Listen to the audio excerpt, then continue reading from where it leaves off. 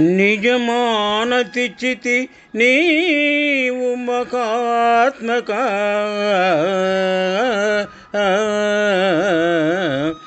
మహిని గృహస్థ ధర్మంబు నిధియు అద్దంబును కామంబు యశమును వృత్తియు నీయది ప్రార్థింపనితుననియు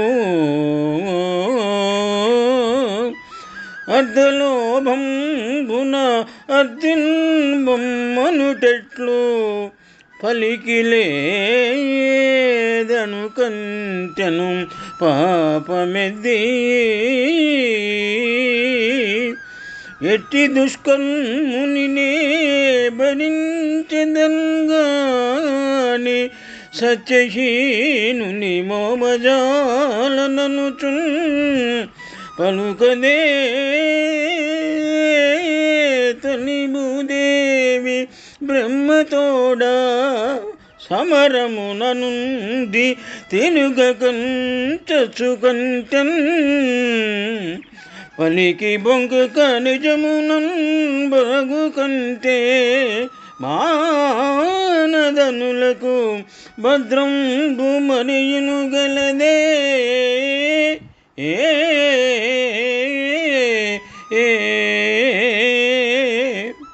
శుభం. పోతన మహాభాగవతము అష్టమ స్కంధము మా వామన చరిత్రము నుండి ఈ పద్యము గ్రహింపబడినది.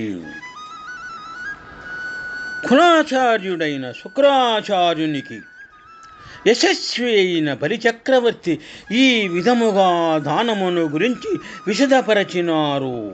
పద్యభావము: ఓ మహాత్మా, నీవు చెప్పింది నిజమే. లోకములో గృహస్థుల ధర్మము కూడా ఇదే. అర్థము, కామము, కీర్తి, జీవనోపాయము వీటిలో ఏది అడిగినా ఇస్తానని చెప్పినాను. ధనముపై దురాశతో అడిగిన వానికి లేదని చెప్పి త్రిప్పి పంపించలేను. ఇచ్చిన మాట తప్పటము కంటే పాపము లేదు. పూర్వము భూదేవి ఎటువంటి చెడ్డ పని చేసిన వానినైనా మోస్తాను కానీ ఆడిన మాట తప్పిన వానిని మాత్రము మోయలేను అని బ్రహ్మతో చెప్పింది కదా.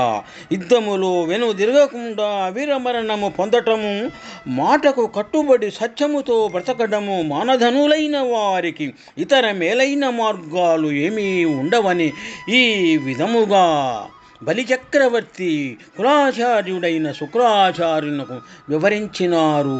శుభం. నిజమానతిచితి నీవు మకాత్మక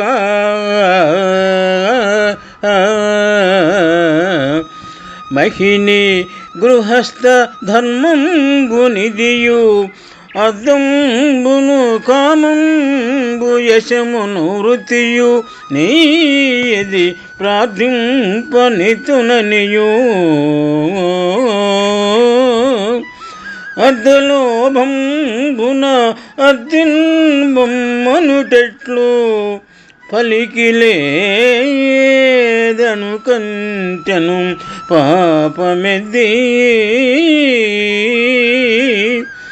ఎట్టి దుష్కర్మునినే భరించెదన్గాని సత్యహీనుని మోమజాలననుచున్ పలుకదే తని భూదేవి బ్రహ్మతోడా సమరముననుంది తినుగకంచచుకంటన్ పలికి బొంకక నిజమునన్ బరగు కంటే మానదనులకు భద్రంబు మరియును గలదే